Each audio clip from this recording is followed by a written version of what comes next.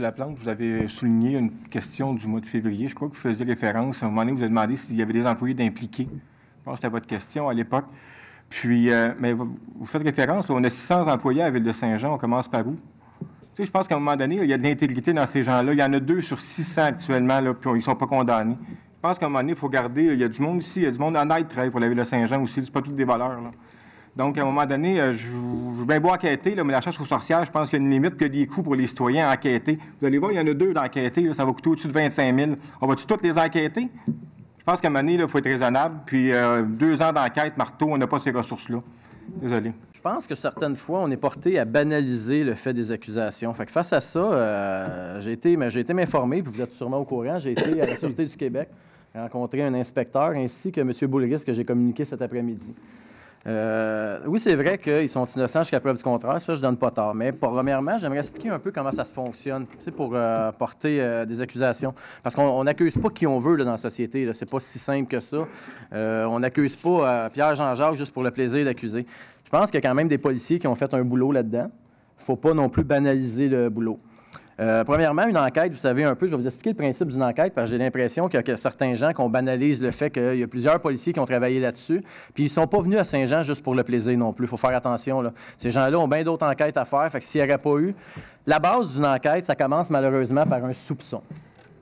C'est banal à dire, mais ça commence par un soupçon. Fait que quand on commence à soupçonner que ça ne va pas bien, c'est la base d'une enquête. Fait que ça a commencé comme ça. L'enquête a commencé par un soupçon, une institution ou une impression. C'est la façon qu'on commence une enquête à la base, sans preuve, sans chose. Puis ça, c'est un document fourni par la Sûreté du Québec, officiellement. Ça a été rapide, là, je l'ai eu dans la journée même. Là. Ensuite, des informations vagues ou une source. Vous pouvez aller vérifier, là, c'est des documents officiels que les policiers ici, je pense que ce soir, on est comme en plus gâtés en frais de policier, ils vont pouvoir confirmer que c'est des documents officiels. Motif raisonnable de croire. Que signifie un motif raisonnable de croire? Croyance subjective qui se justifie d'un point de vue objectif. Bien sûr, les 2 critères permanents de justifier l'existence de motifs raisonnables et de croire sont des critères subjectifs et des critères objectifs. C'est juste pour dire que l'enquête, c'est pas quand même lancé comme ça, puis on n'accuse pas des gens à tort et à travers, puis en disant que, écoute, tout est beau, puis on a le goût de salir de la réputation. C'est pas de même que ça fonctionne. Ça dit... Le policier doit se dire ça. Je suis convaincu personnellement par des faits, des objectifs, des informations provenant d'une source qui ne semble fiable, qui s'identifie peut-être ou l'être d'autres éléments que j'ai pu percevoir. Les critères objectifs. Une autre personne raisonnable qui aurait vu ou entendu ce qui m'a personnellement convaincu en arrivant à la même conclusion. Donc, nos employés, effectivement, ils sont innocents jusqu'à preuve du contraire. Mais... j'aimerais rappeler aussi que pour faire un mandat, ça c'est M. Boulris qui me l'a confirmé ce soir, pour débarquer et faire un mandat, c'est pas si facile que ça. Il faut que tu convainques un procureur, et dans notre cause, on a convaincu même un juge pour faire un mandat, pour procéder à des arrestations sans interrogation, comme M. Boulris me dit. Donc, il faut que les motifs soient suffisants pour procéder à l'arrestation et à la perquisition sans avoir. Donc, on a convaincu avec ces preuves-là un juge et un procureur que nos preuves étaient suffisantes pour permettre d'enquêter. Est-ce que c'est vrai, ça? Est-ce que je pourrais demander à un policier, est-ce que ma procédure, ce que je lis là présentement, c'est vraiment ce qu'on vous apprend? Ça ressemble beaucoup à ça, hein? Je pense qu'il ne faut pas non plus banaliser que quand il y a, je pense qu'il y a quand même une centaine de policiers qui ont travaillé sur le dossier. Puis si je me trompe, vous me le direz. Je ne voudrais pas banaliser non plus 100 employés. Puis le temps, on parle de 2 ans d'enquête. De 2 ans d'enquête à banaliser que tout est beau, puis on arrête ça là. Puis ils n'ont pas étudié non plus tous les dossiers. Là, on parle de 3 ou 4 dossiers étudiés. Oui, c'est vrai que ça coûte des frais. Je vais vous avouer, là, faire une enquête interne, ça coûte des frais. Mais payer trop cher, par contre, si c'est arrivé, ça et tout, ça coûte cher. Puis beaucoup plus cher qu'une enquête interne. Parce qu'on laisse sous-entendre, puis je dis tout le temps ce qu'on laisse sous-entendre, c'est quand même des dépassements de coûts énormes. Je ne voudrais pas me lancer dans une guerre de chiffres parce que ça ne finirait pas, mais on parle quand même des dépassements de coûts énormes. Fait, je pense qu'une enquête interne, sur plus que 3 dossiers, c'est la moindre des choses. Peut-être que tout va être beau dans la ville. J'espère. J'espère que tout va être beau, puis je serais content que tout serait beau dans la ville. Mais peut-être que tout n'est pas beau. Peut-être que le problème est plus large. Puis je pense, face à ça, il faut s'arrêter, réfléchir, puis enquêter. Il ne faut pas prendre ça à la légère. Là. C'est beaucoup de sous que ça nous a coûté à date, ce qui s'est passé. Puis ça peut nous en coûter encore plus si le problème continuerait.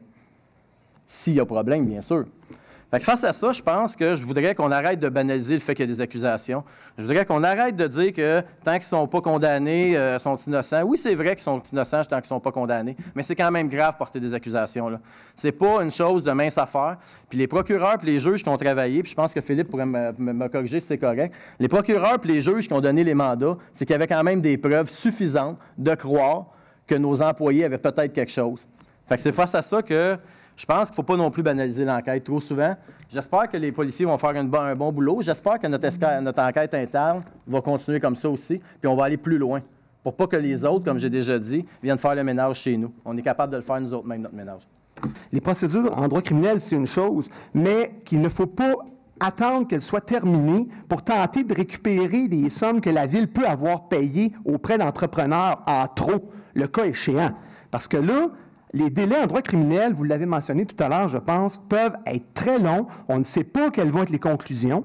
Mais en droit civil, c'est-à-dire si on estime qu'on s'est fait léser de sommes d'argent, le fardeau de la preuve est différent.